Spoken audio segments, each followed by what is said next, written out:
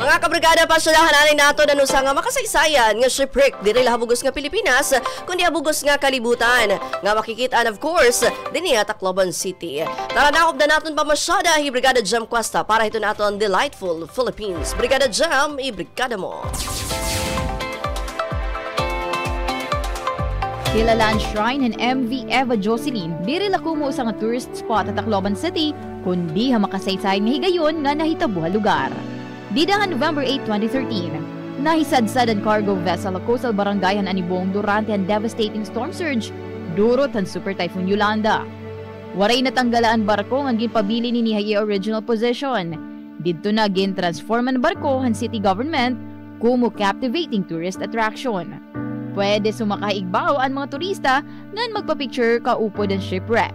Ngan kun karoyag niyo mag-emote, pwede gihapon himuon an iconic pose nga ginhimo ni Rose ng Jack ha Titanic nga movie. Diba? Mala Titanic ang peg. Haigbaw makikitaan ang kabugusan nga komunidad ngan kadagatan haluyuhan site. Di rin naman angay mabarakan mga mabisita tungod kada adlaw, may nagpaka-standby nga tourist police tikang hati CPO, hailarom la mismo ang barko agod mag-asister ang mga turista. Hara nila ang site sa downtown area pero kung bet niyo baktason, aba pwedeng-pwede. But of course, labot lahat iyo mabubuhat nga activity sa site ng MV Eva Jocelyn, take a moment to reflect on the resilience ng Taclobanon. Mahuman ang pinakamakusog nga bagyo kasaysayan, di rin lahat Pilipinas, kundi habugos nga kalibutan.